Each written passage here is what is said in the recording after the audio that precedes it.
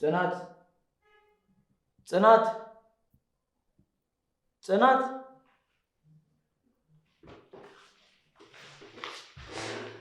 አቤት። አልጨረሽም? ሊያመጣም ምሩ እየደወለች ነው። ጨርሻለሁ። እንሂድ።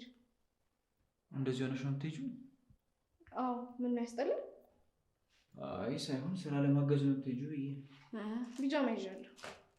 ለነገሩ ምን አገባኝ እኔ ለምን ራቁትሽ እና አትሄጂም? ይልቅ ቶሎ ምጣ። እሺ ጨርሻለሁ። እንሂድ በቃ።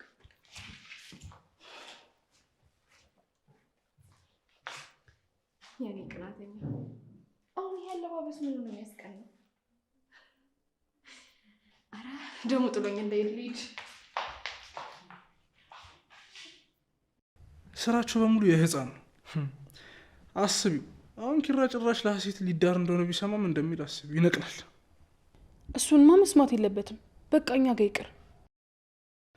በቃ ሰዎች የዛሬውን ጽናት ድራማ እንዴት አያችሁ? እንግዲህ ከረጅም ጊዜ በኋላ ጽናት እና ኪራ በጣም ኃይለኛ ጭቅጨቃ ጀምረዋል። ከዚህ በፊት እንደምታውቁት እንግዲህ በየቀኑ ነበር የሚጣሉት፣ ይመታቱላ ነበር እና ዛሬም የታየው ያ ነው። በጣም በቃ መጨቃጨቅ መነዛነዝ ሆኗል ስራቸው።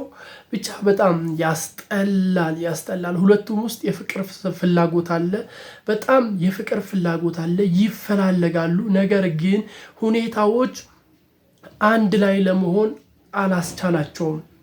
ያው በጽናት በኩል የአባትየውና የእናትየው ቃል ስላለ፣ የኪራ አባትና እናት ቃል ስላለ ከሱ ጋር ለመሆን ከብዷታል። ስለዚህ በጣም ነገሮች ተንዛዝተዋል ከሚባለው በላይ። ዛሬ እንደውም ምሩ ጋር የተወሰነ ሲጫወቱ ነበር። ምሩ ተርፋለች፣ ከሐኪም ቤት ወጣለች፣ ተመልሳ መታለች። ሲጫወቱ ነበር፣ ብቻ ሲያወሩ ነበር። ያው እዛው ቤት ውስጥ ሲጨቃጨቁ ነበር። ከጽናት ጋር ደግሞ ያው በቀኔ መልክ ሲያወሩ ነበር። እንዴ ነገሮችን እኮ ቀን ያረጋችሁት ምንድነው? ሰዎች በአማርኛ እናውራ ሲል ነበር እንደውም ራሱ ማለት ነው። እና ብቻ በጣም አነጋጋሪ ሆነዋል። ባህሪያቸው በጣም ከባድ ነው። ትሪት የሚደረግ አይነት ነገር አይደለም። ትሪት ለማድረግ ሁላ ነው የከበደው ኪራ ማለት ነው። ሌላኛው ደግሞ ያው እንግዲህ የናሆሜ እናት ልትመጣ ነው። ምሩ በፍርሃት ውስጥ ነው ያለችው። ትወደኝውን አትወደኝውን ምናምን እያለች በቃ የሌለ ነው የሰጋችው። እስቲ ምን አይነት ሰው ትመስላችኋለች? እንደዚህ ስታስቡት የናሆሜ እናት ምን አይነት ሰው ትመስላለች? እስቲ ግምታችሁን በኮሜንት መስጫ ሳጥን ላይ አስቀምጡልኝ። ሌላኛው ደግሞ ያው ዛሬ በስፋት ያየ ነው ከሄና ጋር ተደባደቡ። የምር ተደባድበዋል። ከኪራ ከሄና ጋር ያው ተደባድበዋል። ነገሮችን ሁሉ አውቋል። እሱ እንዳገታት ከነገሮች ሁሉ ኋላ እሱና ሀሴት እንዳሉ አውቋል። ምክንያቱም ሀሴት ያስቀመጠችለትን ደብዳቤ አንብቧል። ነገሮችን አውቋል እና ቀጥሮት ነበር። ከዛም በኋላ ከናውም ጋር አብሮ ነበር የሄዱት እና እዛ የተወሰነ መታ አርገውታል። መታ አርገው ነው የለቀቁት። ብቻ እሱ ነገር ተመችቶኛል። ይገባዋል ብዬ አስባለሁ። ብቻ እስቲ የጽናትና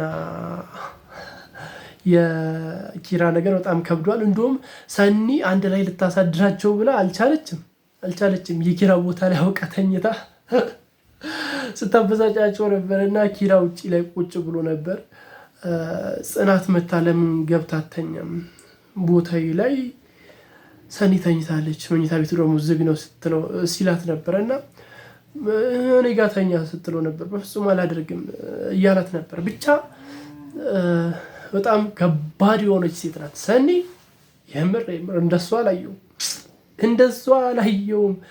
ለማንኛውም ሀሳብ አስተያየቶቻችሁን በኮሜንት መስጫ ሳጥን ላይ አስቀምጡልኝ። በቀጣይ ምን ሊፈጠር ይችላል የሚለው ግምታችሁን አስቀምጡልኝ። ቻናል አዲስ ከሆናችሁ ሰብስክራይብ በማድረግ ደወል ምልክቷን መጫን እንዳይዘነጋ። ባይ